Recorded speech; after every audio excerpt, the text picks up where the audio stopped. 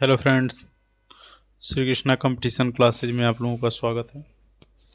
आज हम लोग पॉलिटेक्निक प्रवेश परीक्षा के पिछले विगत वर्षों में पूछे गए कुछ महत्वपूर्ण प्रश्नों के साथ उपस्थित हुए हैं,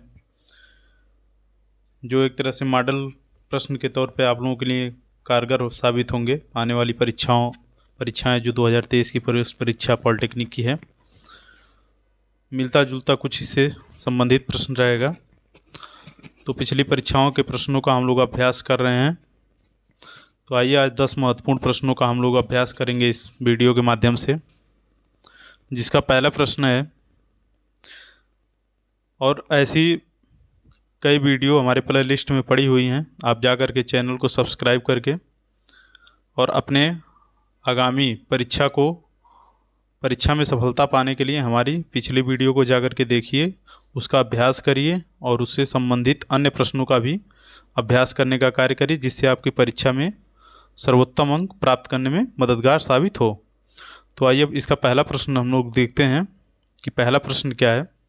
तो पहला प्रश्न है, एक समबाहु त्रिभुज का क्षेत्रफल 4 कड़ी में 3 सेंटीमीटर स्क्वायर हो तो उसका परिमाप क्या होगा। तो ये बताइए समबाहु त्रिभुज क्या होता है। तो समबाहु त्रिभुज ऐसा त्रिभुज होता है जिसकी तीनों भुजाएं क्या होती हैं, समबाहु मतलब बराबर, समबाहु बराबर बाहु, ठीक है, बाहु मतलब भुजा। तो सभी भुजाएं जिसकी बराबर होती हैं, अगर सभी भुजाएं बराबर होंगी तो आमने सामने के सभी कोण भी बराबर होंगे। और आपको पता है कि त्रिभुज के तीनों अंतःकोणों का योग 180 डिग्री होता है। तो भुजाएँ कितनी हैं, 3, तो 3 से डिवाइड हो जाएगा, मतलब 60 डिग्री। तो त्रिभुज के तीनों अंतःकोणों का योग 180 होता है, और समबाहु त्रिभुज में प्रत्येक कोण कितने डिग्री का होता है, 60 डिग्री का होता है। कितने डिग्री का होता है, 60 डिग्री का होता है, ठीक है। तो प्रश्न संबंधित देखते हैं कि क्या दिया है। तो क्षेत्रफल पूछा है, तो ये बताइए समबाहु त्रिभुज का क्षेत्रफल फार्मूला क्या होता है। तो फार्मूला होता है कड़ी 3/4 भुजा स्क्वायर, मतलब भुजा मान लेते हैं ए है, तो भुजा स्क्वायर कितना मान दिया है, 4 कड़ी में 3 वर्ग सेंटीमीटर। ये बताइए कड़ी में 3 इधर है, कड़ी 3 इधर है, तो कैंसिल हो जाएगा, 4 का यहाँ मल्टीप्लाई हो जाएगा। तो ये बताइए ए स्क्वायर बराबर क्या हो जाएगा, 4 गुना 4, और स्क्वायर जब इधर आएगा तो कर्णिम हो जाएगा, तो 4 गुना 4 कर्णिम हो जाएगा। ये इसका जोड़ा 1 बनेगा, तो कितना बाहर होगा, 1 4 बाहर हो जाएगा। अब भुजा इसका कितना आ गया, 4, और परिमाप हमें पता है कि सभी भुजाओं का योग होता है। तो समबाहु त्रिभुज में कितनी भुजाएं होती हैं, 3, तो तीनों भुजाएं कितनी कितनी सेंटीमीटर की होंगी, तो तीनों भुजाएं 4 4 सेंटीमीटर की होंगी, और परिमाप होता है सभी भुजाओं का योग, तो 4 तिहाई 12, परिमाप कितना हो जाएगा, 12 सेंटीमीटर, ठीक है। अगला प्रश्न देखते हैं, साइन 15 अंश का मान। तो साइन 15 अंश का मान पूछा है। ये बताइए इसको हम क्या लिख सकते हैं। अगर हम इसको साइन 45, एक तो इसका मान ही रट सकते हैं, ठीक है, एक तो इसको लगा के, अगर मान नहीं आते तब कैसे लगाएंगे, तो इस प्रकार से लगाने का कार्य करेंगे। इसको हम साइन 45 - 30 लिख सकते हैं, कोई दिक्कत। 45 में से 30 जाएगा, कितना बचेगा, 15, तो मान में कोई परिवर्तन नहीं होगा। अब ये बताइए साइन a - b का फार्मूला लग रहा है कि नहीं लग रहा है। हमने ट्रिग्नोमेट्री के सारे फार्मूला एक वीडियो में बना करके आप लोगों को प्रोवाइड कर दिए हैं, आप जाकर के प्ले लिस्ट से देख लीजिएगा, सारे फार्मूला उसमें लिखे गए हैं, ठीक है। तो साइन 45 - 30, तो साइन a - b का फार्मूला होता है साइन a - b का फार्मूला होता है साइन a कॉस b और minus cos a sine b। तो इसी पर हम लोग रखेंगे।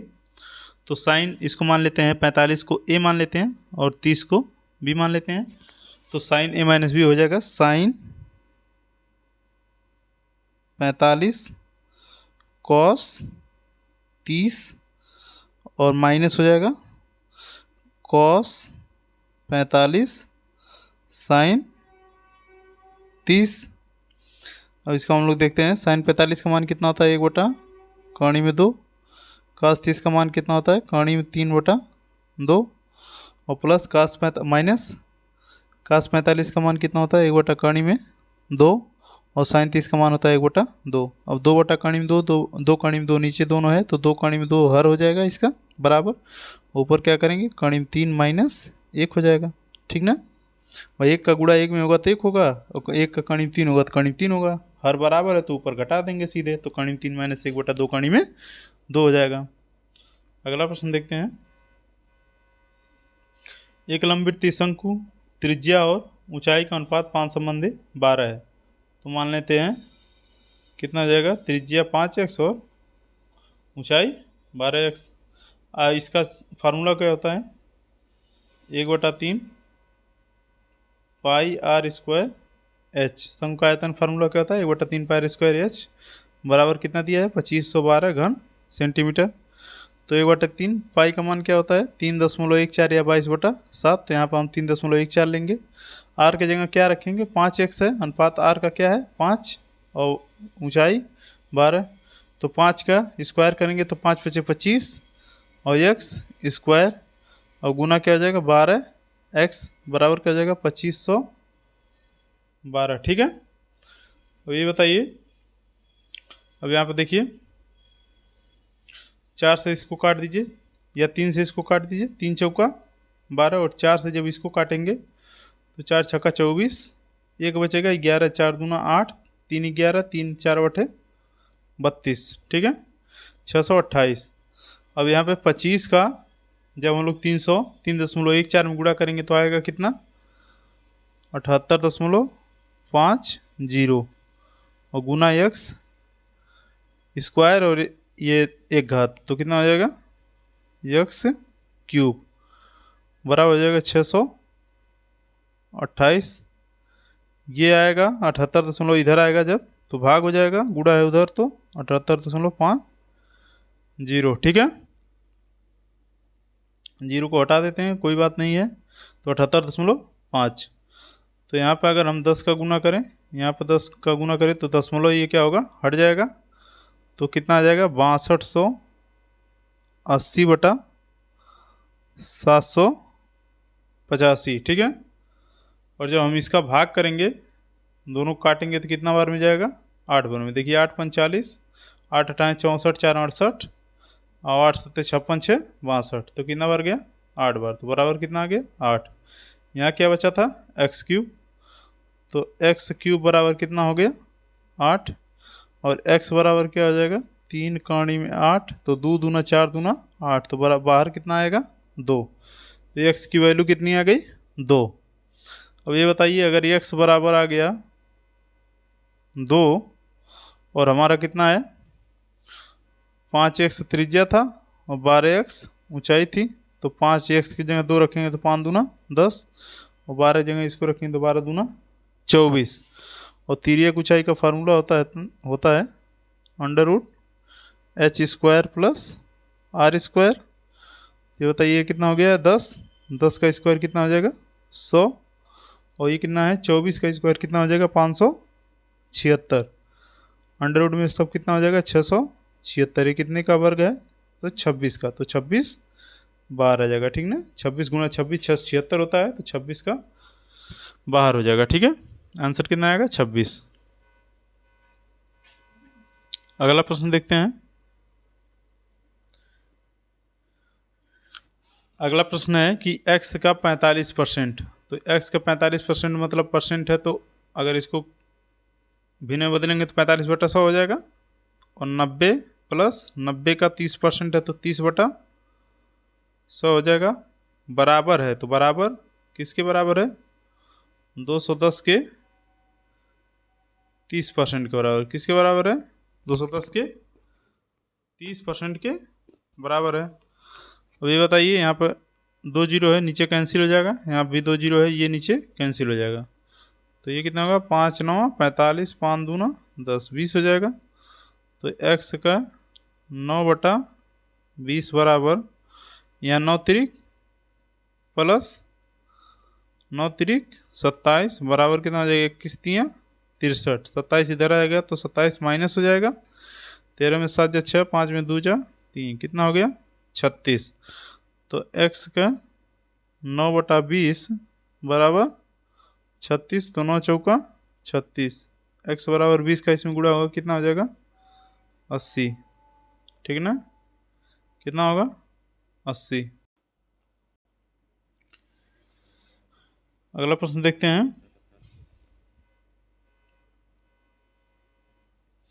यदि क्या है प्रश्न, यदि वृत्त का क्षेत्रफल 100 पाई सेंटीमीटर वर्ग हो तो उस जीवा की लंबाई कितनी होगी जो केंद्र से 6 सेंटीमीटर दूर है। तो ये क्या हो जाएगा, एक सेकंड, ये क्या हो जाएगा वृत्त, ठीक है। केंद्र क्या है, यहाँ है, जीवा मान लेते हैं ये होगी, केंद्र से दूरी ये हो गई, केंद्र से दूरी कितना दिया है 6 सेंटीमीटर। ये क्या हो जाएगा, इसका केंद्र वो है तो से ये त्रिज्या हो जाएगी, ठीक है। हमसे पूछा है इस जीवा की लंबाई, तो सबसे पहले हमको क्या पता चलना चाहिए, ये इसके आधार की लंबाई या आधार पता होना चाहिए, ठीक ना। तो यहाँ पे जो है कि वृत्त का क्षेत्रफल कितना दिया है, तो वृत्त का क्षेत्रफल का फार्मूला होता है पाई आर स्क्वायर। इसका मान कितना दिया है 100 पाई, तो इसके बराबर ही होगा।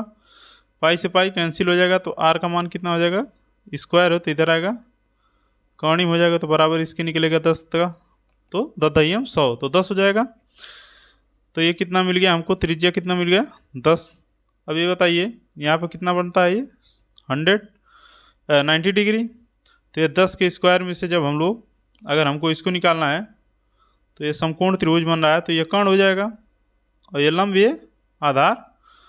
तो हमको आधार का अगर वर्ग निकालना है तो हमको कर्ण के वर्ग में से, मतलब 10 के वर्ग 100 में से लंब का वर्ग 6 छके 36 घटाना पड़ेगा, आएगा कितना 64। तो आधार बराबर क्या हो जाएगा, 64 का वर्गमूल निकालेंगे तो 8 होगा, 8 हटाएं 64। पूछा क्या है, पूरा जीवा का लंबाई पूछा, तो अगर आधा 8 है तो पूरा कितना हो जाएगा 16। तो जीवा कितना हो जाएगा 8 गुना 2 बराबर 16, ठीक है। अगला प्रश्न देखते हैं। 3 के प्रथम 9 गुणजों का औसत क्या होगा। तो 3 का प्रथम 9 गुणज क्या होंगे, 3 से 30 तक, ठीक है। 3 के प्रथम 9 गुणज तो 1 plus 2 plus 3 plus 4 plus 5 plus dash dash plus 9 तक गुणज होंगे, ठीक है। देखिए जैसे 3 सब में कॉमन होगा, गुणज है तो कॉमन होगा, तो 3 को हमने पहले बाहर कर लिया, 1 से 9 तक लिख दिया। अब ये बताइए क्रमागत संख्याओं का योग का फार्मूला होता है कि अंतिम संख्या गुणे अंतिम संख्या प्लस 1, तो 9 1 10। अंतिम संख्या 9 है तो 9 गुणे 10 बटा 2 होता है, तो ये 2 पच्चे कितना हो जाएगा 10, 9 पच्चम 45, तो 45 गुना 3, ये क्या होगा योग होगा इसका। हमसे पूछा क्या औसत, तो संख्याएं कितनी है 9 गुणज है तो 9 संख्याएं होंगी, तो 9 9 पचे 45 और 5 का 3 में गुणा कर देंगे, कितना हो जाएगा 5 तियां 15। बहुत आसान था। अगला प्रश्न देखते हैं। ये फार्मूला बेसिस सवाल है, देखिए कैसे। किरण किसी दूरी को 80 किलोमीटर प्रति घंटा की चाल से चलकर तय करती है और वापस उसी बिंदु पर 20 किलोमीटर प्रति घंटा की चाल से चलकर आती है, तो किरण की औसत चाल संपूर्ण यात्रा के दौरान क्या होगी। तो औसत चाल अगर पूछे तो ये होता है, अगर x किलोमीटर प्रति घंटा की चाल से जा रही है, y किलोमीटर प्रति घंटा की चाल से जा रही है, तो 2xy अपान x प्लस वाई। तो यहाँ x किलोमीटर प्रति घंटा की चाल से जा रही है, तो यहाँ किस चाल से जा रही है 80 किलोमीटर प्रति घंटा के। आ किस चाल से रही है, तो 20 किलोमीटर प्रति घंटा की चाल से, और 80 20 जोड़ देंगे कितना हो जाएगा 100। डबल शून्य से कट जाएगा, 8 दूना 16 दूना 32 हो जाएगा, तो 32 किलोमीटर प्रति घंटा क्या हो जाएगा इसका औसत चाल हो जाएगा, ठीक ना। अगला प्रश्न देखते हैं। अगला प्रश्न है हमारा,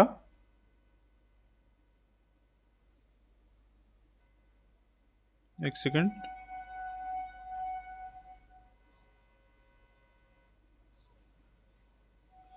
अगला प्रश्न है कोणिम 2 साइन 60 डिग्री माइनस x बराबर 1। तो ये बताइए कौणी में 2 साइन 60 डिग्री माइनस x बराबर 1।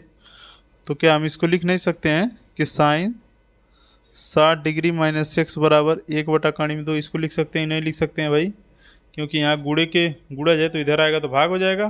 ठीक है, अब ये बताओ कितने डिग्री का मान 1/2 होता है साइन के? तो इधर ऐसे ही रहेगा, साइन 60 माइनस x ही रहेगा। इधर हो जाएगा साइन 45 डिग्री का मान होता है। ये बताओ दोनों तरफ साइन है तो साइन से साइन कैंसिल, तो बचेगा क्या 60 माइनस x बराबर 45 और x बराबर क्या हो जाएगा? तो 60 में से 45 x इधर चला जाएगा तो x धनात्मक हो जाएगा और 45 इधर आएगा तो माइनस हो जाएगा। तो 60 में से 45 जाए कितना बचेगा? 15। कितना डिग्री हो जाएगा? 15 डिग्री। अगला प्रश्न देखते हैं। दो बेलनों की त्रिज्याओं में 2 संबंधित 3 का अनुपात है, उनकी ऊंचाइयों में 5 संबंधित 3 का अनुपात है। तो उनकी ऊंचाई का उनके आयतन का अनुपात, ठीक ना? ये उनके आयतन का अनुपात पूछ रहा है, तो क्या होगा ये बताओ। बेलन की त्रिज्या दिया है अनुपात और आयतन दिया है, तो आयतन क्या होता है? पाई r स्क्वायर h। मान लेते हैं पहले त्रिज्या का कैपिटल R और कैपिटल H था, दूसरे का पाई सेम होगा r स्क्वायर h होगा। तो ये बताओ पाई से पाई कैंसिल हो जाएगा, तो r का होल स्क्वायर लिख सकते हैं कि नहीं लिख सकते हैं इसको? भाई r स्क्वायर था तो गुणा था तो इसको लिख दिए, यहाँ गुणा h भी लिख सकते हैं। अब ये बताओ r मतलब त्रिज्या का अनुपात कितना दिया है? 2/3। 2/3 का स्क्वायर हो जाएगा और h क्या दिया है? 5/3। अब इसको करेंगे 2 दूना 4 हो जाएगा, गुणा 5 हो जाएगा और बटा 3 त्रिक का 9 गुना 3 हो जाएगा। तो बराबर क्या हो जाएगा? 5 चौक का 20 बटा 9 त्रिक 27। तो अनुपात क्या हो जाएगा? 20 संबंधे 27। ठीक है, अगला प्रश्न देखते हैं, आज का अंतिम प्रश्न। यदि किसी गोले का आयतन 4851 सेंटीमीटर घन है तो इसका वक्रपृष्ठ पूछ रहा है। तो गोले का आयतन का फार्मूला क्या होता है? तो 4/3 पाई r³ इसका फार्मूला होता है, बराबर 4800 कितना दिया है? 51 दिया है। ये बताइए, तो 4/3 पाई का मान कितना होता है? 22/7। r³ बराबर 4851। इसको कितने से काट सकते हैं? 11 से काटें, 11 चौक 44 और 4 बचेगा, 11 चौक 44, 1 बचेगा, 11 का नाम 11, 11 दूना 22। और देखिए 7 त्रिक 21 और ये कितना है? 21 का स्क्वायर है, तो r³ बराबर हो जाएगा 441 गुणा 7 त्रिक 21 बटा 4 दूना, ये 4 और 2 का गुणा होगा तो 8 हो जाएगा। और बताइए r बराबर क्या हो जाएगा? तो ये 21 का स्क्वायर है 21, तो 21 गुणे 21 गुणे 21, तो 1 21 बाहर आ जाएगा क्योंकि 3 घात है, और यहाँ पे 2 का क्यूब होगा तो 2 आ जाएगा बाहर। तो r कितना आ गया? 21/2। वक्रपृष्ठ का क्षेत्रफल का फार्मूला होता है 4 पाई r²। तो क्या हो जाएगा? 4 पाई की जगह क्या हो जाएगा? 22/7 और r की जगह क्या हमारा आया था? 21/2।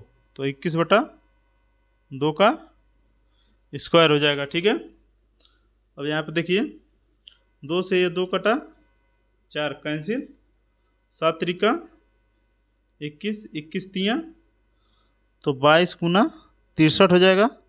यहाँ देखिए 22 तियाँ 66, हाथ में आया 6 और 22 छक्का 6 दूना 12, 6 दूना 12 1 13, 132 और 6 138, ठीक ना, सेंटीमीटर स्क्वायर।